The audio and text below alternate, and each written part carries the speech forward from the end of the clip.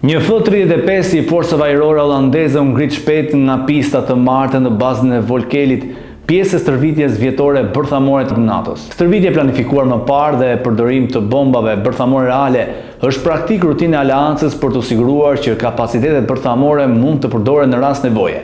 Me rritjen e tensioneve për shkak të konfliktit në Ukrainë dhe incidenteve ajrore të përsëritura me Moskën, manovrat gjithashtu dërgojnë një mesazh të fortë të gjithë botës. Për herë të parë këtë vit NATO lejoi një grup të vogël gazetarësh përfshirë AFP të ndjekin pjesë të stërvitjes 2 javore, me mbi 70 avion dhe 14 vende dhe rreth 2000 ushtar. Fokusi i këtij viti është rajoni Detit të Veriut. Hyrja e medias pasqyron ndryshimin e aleancës drejt më shumë transparencës, larg kulturës së mëparshme të sekretit.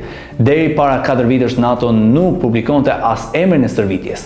Koloneli amerikan Daniel Bunch, shefi i operacioneve bërthamore të NATO-s, theksoi se qëllimi nuk është provokimi, por kryerja efektive të misioneve dhe demonstrimi i aftësive të aleancës.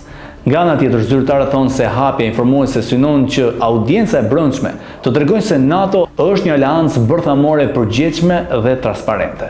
Megjithatë, transparenca ka kufijtë e saj. Gazetarët ju lejuan fluturimet, por jo stërvitjet e ekipeve apo përgatitjet e bombave artificiale për ngarkim.